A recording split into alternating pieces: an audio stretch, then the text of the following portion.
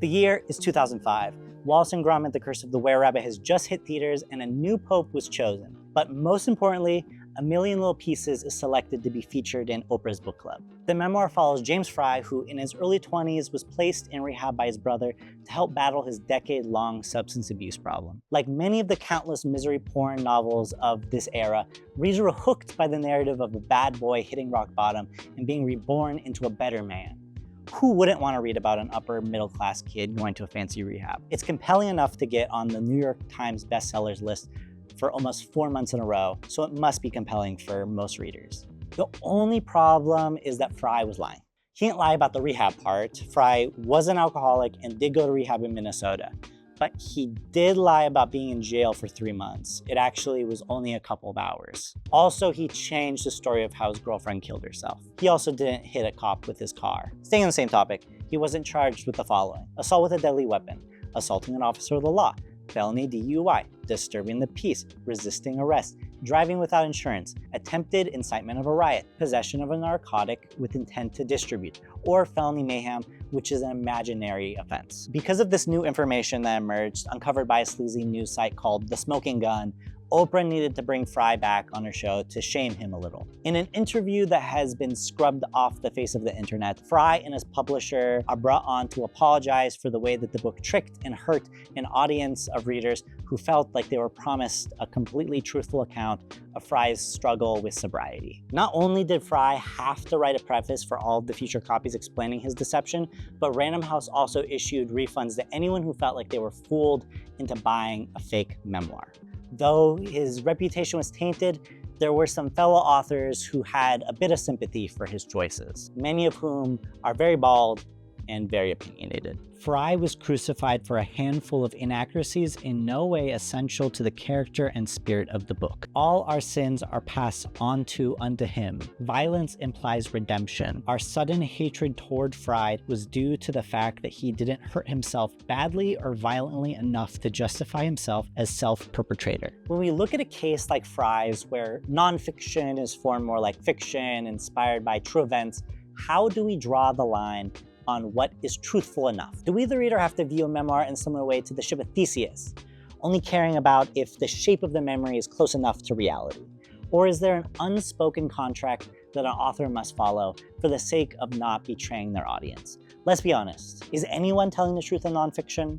To borrow a comparison from the author Mary Karr, if a deli guy tells me that there's a piece of cat shit in my sandwich that I won't notice, I'm still gonna treat it like a complete shit sandwich. Though she's referring to authors who haven't been scrutinized on the big stage of the Oprah show, her book, The Art of Memoir, provides good counterpoints to the idea that lies are essential to tell the grand narrative of your life. Truth may have become a foggy, fuzzy nether area, but untruth is simple, making up events with the intention to deceive. You know the difference between a vague memory and a clear one, and the vague ones either get left out or labeled dubious. It's the clear ones that matter most anyway, because they're the ones you've nursed and worried over and talked through and wondered about your whole life.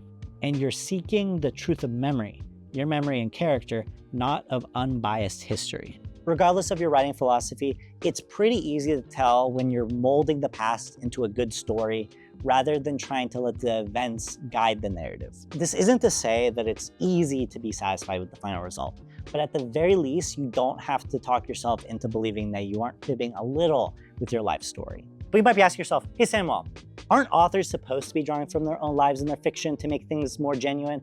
And to that I have to say, I don't know, are you interesting enough? Maybe, probably. Not everyone in your life is cartoonishly compelling enough to just drop onto the page. Sometimes distance needs to be made to let the truth of their being shine through the piece. This perspective clashes with the Karr camp of no specks of cat shit allowed in my peer memoir, but it can work if we move the goalpost a little bit into the territory of autofiction. By presenting personal experiences through abstraction and narrative addition, the author can get to the heart of their feelings on a period of their life while also creating a world resembling our own. This kind of writing gives us books ranging from the semi-autobiographical works of Sherman Alexie to the wild drug-fueled journalism of Hunter S. Thompson. But to touch on something a little closer to home, let's look at a book that I myself had to dissect for countless hours in an English 101 class, Tim O'Brien's The Things We Carry. This collection of short stories examines the horrors of O'Brien's time in Vietnam, featuring a fictional cast of characters and told from a perspective that constantly comments on the fickle nature of memory. Many of these stories are way too outlandish to even be considered nonfiction, but the narrator is aware of this, always coming back to the difference between story truth and happening truth. In any war story, but especially a true one, it's difficult to separate what happened from what seemed to happen. What seems to happen becomes its own happening and has to be told that way. When a guy dies like Kurt Lemon, you look away and then look back for a moment and then look away again. The pictures get jumbled. You tend to miss a lot. And then afterward, when you go to tell about it, there's always that surreal seemingness, which makes the story seem untrue, but which in fact represents the hard and exact truth as it seemed. This writing lands so well since there's an awareness from the author that they're not trying to deceive the reader into believing their wild tales. Untruth is an attempt to fill in the gaps of memory and perception, which highlights the surrealness of war and the guilt that comes from it. When you can't come to terms with your past, sometimes you have to create a barrier between reality and imagination. Art Spiegelman's Mouse tells the story of the Holocaust from the perspective of his father, while also confronting the relationship between father and son. Besides the multiple layers of truth and untruth that can arise from this type of oral history, Spiegelman is working with abstraction to cut deeper into the truth of a story through a visual medium. The book went on to win a Pulitzer, the first graphic novel to be awarded that honor. But that did not mean that there weren't very strong critiques of the book. Maybe one of the biggest critics, fellow Underground Comics artist Harvey Pekter, had some gripes with the way that Spiegelman depicted his father. I'm not saying this event didn't happen, but Art describes it in such a way as to emphasize his father's irrationality, miserliness, and sneakiness. Art seems to have manipulated the facts in such a way as to put Vladik in a bad light while making himself appear sympathetic. Vladik is a complex person. Whatever his motivation, Art does a poor and confusing job of portraying him. Despite his best intentions, Spiegelman still has to reckon not only with his depiction of a very heavy part of history, but how he wants to show his father and their relationship. Unless he has a time machine to prove the accuracy of his comic, Spiegelman is the only person who knows if he's being completely honest about how these arguments and debates unfolded. We can only hope that his end of the contract is upheld as he tries to tell the truth about his family's legacy. Nearly 20 years after the catastrophe of A Million Little Pieces, Frey returned to the limelight to speak with the New York Times about the effects of being a social pariah in the literary world. Like every person who gets in hot water with the media, he runs the gambit of canceled figure who couldn't care any less. This isn't the first time he's done this. Most of his public appearances are centered around him being the bad boy he wrote about in his memoir. The expectations and rules and conventions of the literary community or the publishing community or society in general mean absolutely nothing to me. What means something to me is telling a story in the way I think is the right way to do it. When asked about how he felt about Oprah's apology in 2011, Frey shares what he wished he said to her. "You might be the most influential lady in this world, you won't stop me. I will lower my head and I will walk forward and I'll keep throwing punches until I die. You can't stop me." Nothing can stop James Frey. Perhaps in a tongue-in-cheek way, he refers to himself as the first person to ever get canceled. This isn't close to being true at all. It leaves out the fact that he co-wrote a successful YA novel that became a film distributed by the Disney company. And A Million Little Pieces, the book that gave him the chance to be known as the bad boy of literature, was turned into a feature film starring Aaron Taylor Johnson in 2018, which premiered at the Toronto International Film Festival.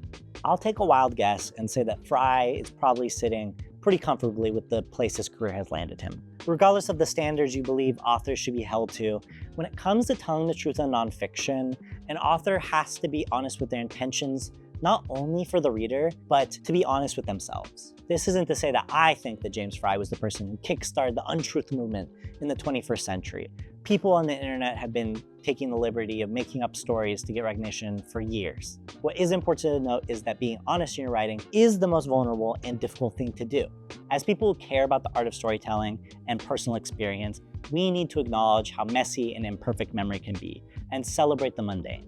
We don't have to put an exciting new coat on a story to be seen by others.